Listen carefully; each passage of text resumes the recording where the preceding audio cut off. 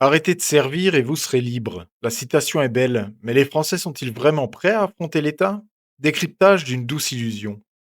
Sur le plateau des Grandes Gueules, Barbara Lefebvre s'appuie sur le philosophe Étienne de la Boétie pour appeler les citoyens à reprendre le pouvoir par le portefeuille. Écoutez cet appel à la désobéissance. Donc encore une fois, Mmh. libérez-vous, arrêtez de servir et vous serez libre. C'est ce que disait la Boétie, arrêtez de servir et vous serez enfin libre.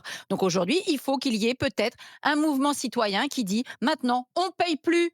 On paye plus. Là, en avril, je Ouais, crois mais qu'il y là, a la tu payes plus, déclaration tu roules d'impôts. plus en Une l'occurrence. jacquerie, une Mais jacquerie, une jacquerie on fait fiscale. une immense grève de la Oui, mais tu déclaration payes des plus, tu impôts. Mais non, mais Je suis t'inquiète pas. désolée. Ils vont venir, ils vont venir Attendez, te attendez, saisir. Tu dis ton qu'ils vont salaire venir, fini. mais si c'est un vrai mouvement citoyen, c'est pas parce qu'ils ils prennent Alors, à la j source, les amis, etc. Il en reste toujours à on grappiller. a Eh ben, on paye. Sur le principe, je suis entièrement d'accord avec elle. La citation d'Étienne de la Boétie, écrite au XVIe siècle dans son discours de la servitude volontaire, est intemporelle.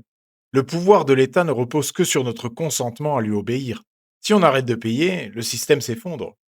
Mais il faut regarder la réalité en face. Jamais personne en France ne fera ça. Pourquoi?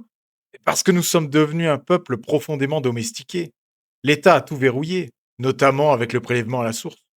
Pour faire la grève de l'impôt aujourd'hui, il faut être prêt à affronter les saisies sur compte bancaire, les huissiers et les pénalités de retard. Et la vérité, c'est que le citoyen moyen est absolument terrifié à l'idée que la machine étatique vienne le broyer.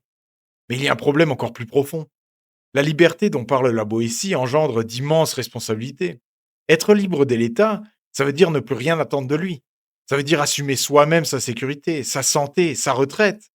Or, la société française est biberonnée à l'interventionnisme d'État depuis des décennies. Nous râlons contre les impôts, mais nous exigeons des aides à la moindre crise.